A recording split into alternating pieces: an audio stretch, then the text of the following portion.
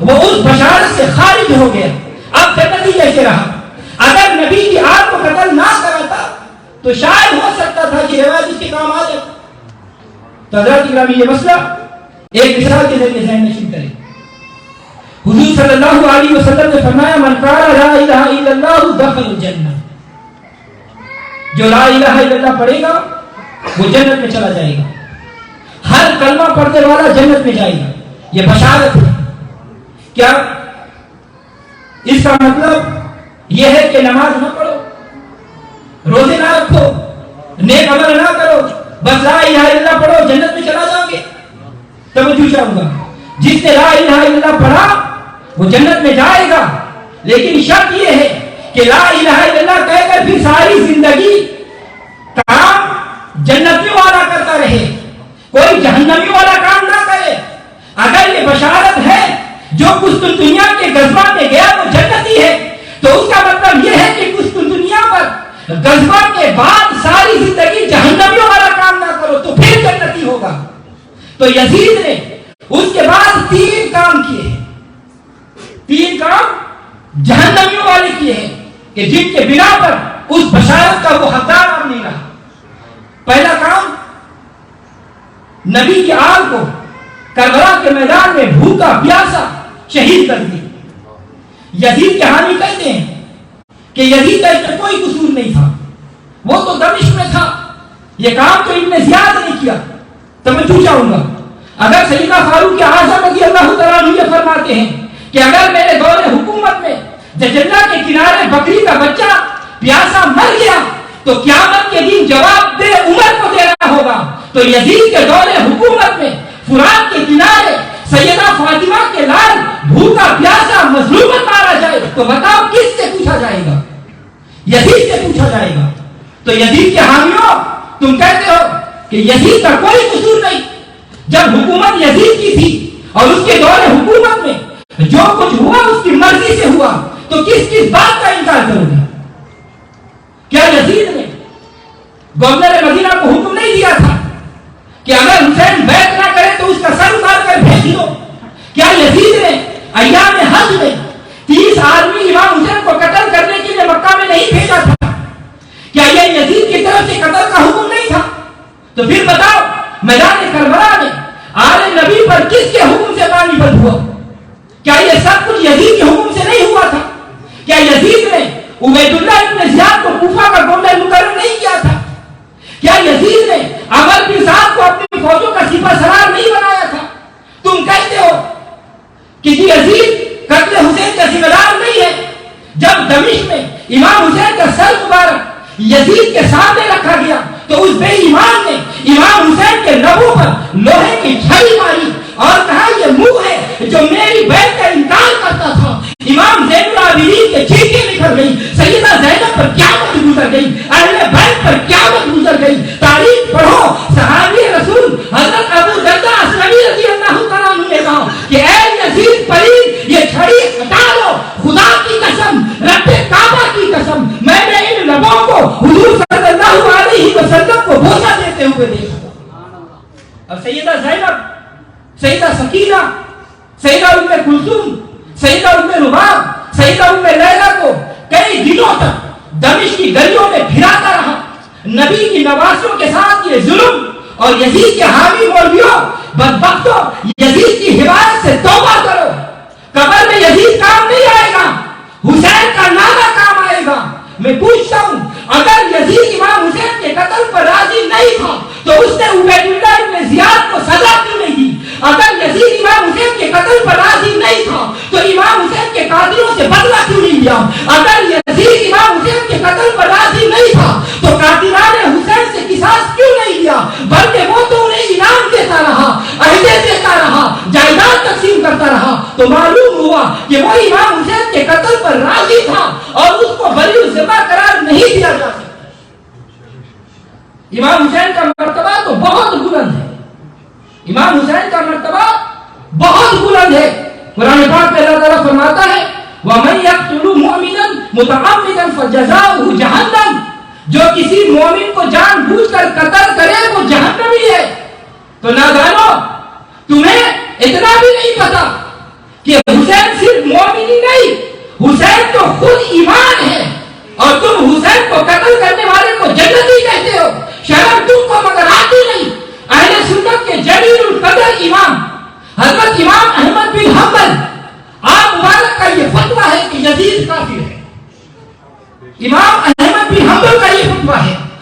یزید کافر ہے. اور امام جلال الدین سیوطی نے ایک حدیث نقل کی ہے. کون امام جلال الدین سیوطی؟ جنہوں نے عالم بیداری میں 75 مرتبہ نبی پاک صلی اللہ علیہ وسلم کو جاگتے میں دیکھا ہے. آپ لکھتے ہیں عن ابی دردہ رضی اللہ تعالیٰ عنہ قال رسول اللہ صلی اللہ علیہ وسلم اول من امتی من یبدل سنتی رجل من بنی امیہ یقال له یزید. تاریخ الخلفاء میں یہ لکھا ہوا ہے کہ حضور صلی اللہ علیہ وسلم نے فرمایا کہ میری امت میں سب سے پہلا بدبخت جو میری سنت اور شریعت کا حلیہ بگاڑے گا وہ بنی امیہ کا ایک شخص ہوگا جس کا نام یزید ہوگا. اور شرح عقائد نسبی عقائد کی وہ مشہور کتاب ہے جو اہل سنت کے علاوہ دیوبندی اور اہل حدیث مسلک کے تمام مدرسے میں پڑھائی جاتی ہے. اس میں علامہ تفتزانی رحمۃ اللہ علیہ نے مسلمانوں کے عقائد کی وضاحت کرتے ہوئے لکھا ہے کہ ہم یزید کے بارے میں نہ سکوت کے قائل ہیں نہ توقف کے. ہم یزید کو کافر سمجھتے ہیں. یزید پر لعنت ہو, یزید اور ان کے ساتھیوں پر لعنت ہو, یزید اور اس کے حامیوں پر لعنت ہو. یہ ہے مسلک اہل سنت اور یہ وہ عقیدہ ہے جو شرح عقائد میں بتایا گیا ہے. ظالمو, تم اس یزید کو امیر المومنین کہتے ہو. حضرت عمر بن عبدالعزیز کے دور میں کسی نے آپ کے سامنے یزید کو امیر المومنین کہہ دیا تو آپ نے فرمایا کہ اس پلید کو پکڑو اور اس کو 20 کوڑے لگاؤ. کاش آج پھر کوئی عمر بن عبدالعزیز ہوتا تو یزید کے حامیوں منجوں کو الٹا لگا کر 20 کوڑے مارواتا. تو حضرات گرامی, دوسرا کام یزید نے کیا کیا؟ نبی کی آل کی شہادت کی خبر جب اہل مدینہ کو ہوئی تو انہوں نے یزید کی بیعت توڑ دی. پہلے وہ یزید کے کردار سے مکمل آگاہ نہیں تھے. جب انہیں علم ہوا کہ یزید شرابی ہے, یزید زانی ہے, یزید دین محمدی کا انکار کرتا ہے, یزید محرمات کے ساتھ نکاح کو جائز قرار دیتا ہے, تو اہل مدینہ غیر و غضب میں پھر گئے اور کہنے لگے کہ یا اللہ ہمیں معاف کرنا, ہمیں یزید کے اس برے کردار کا علم نہیں تھا. وہ مسجد نبوی کی طرف دوڑے, امامیں اتار کر پھینکے.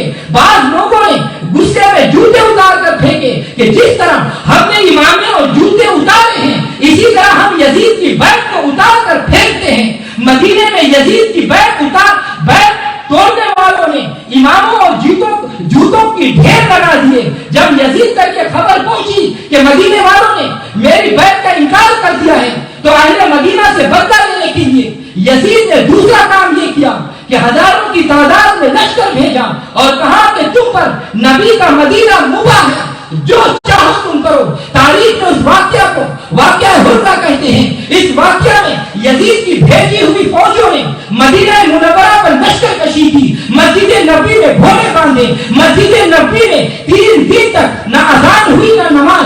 مدینہ کے مسلمانوں سے 10 پر 10 جنگ ہوئی. یزید کی فوجیوں نے اہل مدینہ کے 10,000 افراد کو قتل کیا اور اس فوج نے مسلمان بیٹیوں کی عزتوں پر حملہ کیے جس کے نتیجے میں 1,000 ناجائز بچے پیدا ہوئے. شرم نہیں آتی اس کو جنتی کہتے ہوئے. اور تیسرا کام, حضرت عبداللہ ابن زبیر رضی اللہ تعالیٰ عنہ کو اپنی بیعت پر مجبور کرنے کے لیے یزید نے مکہ مکرمہ پر لشکر کشی کی. مکہ مکرمہ وہ شہر ہے من دخلہ کان آمنا, یہاں ہر کسی کے لیے امن ہی امن ہے. ظالم یزید نے اپنی فوج کو کہا کہ کعبے پر حملہ کرو. انہوں نے حملہ کر دیا, غلاف کعبہ جل گیا, کعبہ کی چھت کو آگ لگ گئی. کعبہ کی چھت کے نیچے اس دمبے کا سینگ تھے جو حضرت اسماعیل علیہ السلام کے لیے مینا میں فدیہ بنا تھا, وہ بھی جل گئے. جب کعبے کی غلاف کو آگ لگی اور خانہ کعبہ سے آگ کے دھواں کے شعلے نکلے تو اس پر عذاب خداوندی حرکت میں آ گئی. ادھر غلاف کعبہ کو یزیدی فوجوں نے آگ لگائی, ادھر یزید پر خدا نے موت کا عذاب مسلط کر دیا. حضرات گرامی, وہ پیاس کرتا تھا, اس کے منہ سے پانی کے مشکیزیں رکھتے تھے, مگر وہ پھر بھی پیاس کرتا تھا. نبی کی آل کو پیاسا ستانے والا پیاسا مرا. نبی کی آل کو تو پانی نہ پینے دیا اور خود پانی پی کر پھر بھی پیاسا تڑپا اور کتے کی موت مرا. سنو, یزید کون ہے؟ نبی کی آل کو قتل کرانے والا یزید کون ہے؟ امام حسین کو قتل کرانے والا یزید کون ہے؟ مدینہ کے پہ حکومتی کرنے والا یزید کون ہے؟ مسجد نبی کی توہین کرانے والا یزید کون ہے؟ 10,000 اہل مدینہ کو قتل کرانے والا یزید کون ہے؟ 1,000 مسلمان بچوں کی عظمت کو داغدار کرنے والا یزید کون ہے؟ خانہ کعبہ پر گولے پھینکوانے والا یزید کون ہے؟ غلاف کعبہ کو آگ لگوانے والا. کہتے ہیں کہ یزید جنت میں کیوں نہیں جائے گا؟ اس بدبخت کو جنتی کہنے والوں، مجھے قسم ہے حسین کے نانا پاک کی زلفوں کی، رب محمد کی قسم، تم ضرور جہنمی ہو. میں مسجد انوار مدینہ میں منبر پر کھڑا ہو کر یہ اعلان کرتا ہوں کہ اگر کسی نے دنیا میں چلتے پھرتے جہنمی دیکھتے ہو تو یزید کے حامی مولویوں کو دیکھو. حضرات اکرامی، اگر یزید کے ہوتے ہوئے حسین عراق میں نہیں رہ سکتا تو حسین کے ہوتے ہوئے یزید جنت میں کس طرح جا سکتا ہے؟ کہتے ہیں کہ خدا بے نیاز ہے، چاہے تو یزید کو جنت میں بھیج دے. میں کہتا ہوں یزید جنت میں جائے ہمیں قبول نہیں، یزید جنت میں جائے ہمیں قبول نہیں. خدا بے نیاز ہے، بے وصول نہیں. اللہ تبارک و تعالی ہم سب کو مذہب اہل سنت و جماعت پر قائم اور دائم رکھے. اللہ تعالی ہم سب کو سیدنا امام حسین اور اہل بیت سے سچی عقیدت و محبت عطا فرمائے. اللهم اجعل في قلبي نورا وفي بصري نورا وفي سمعي نورا وعن يميني نورا وعن شمالي نورا ومن خلفي نورا ومن امامي نورا واجعلني نورا وفي اسري نورا وفي لحمي نورا وفي دمي نورا وفي شعري نورا وفي بشري نورا وفي لساني نورا واجعل في نفسي نورا وأعزني نورا واجعل من فوقي نورا ومن تحتي نورا. اللهم آتني نورا، اللهم آتني نورا. اللهم إنا نسألك فعل الخيرات وترك المنكر وحب المساكين وأن تغفر لي وترحمني وإذا أردت فتنة في قومي فتوفنا غير مفتون. وأسألك حبك وحب من يحبك وحب عمل يقرب إلى حبك. أفوض أمري إلى الله إن الله بصير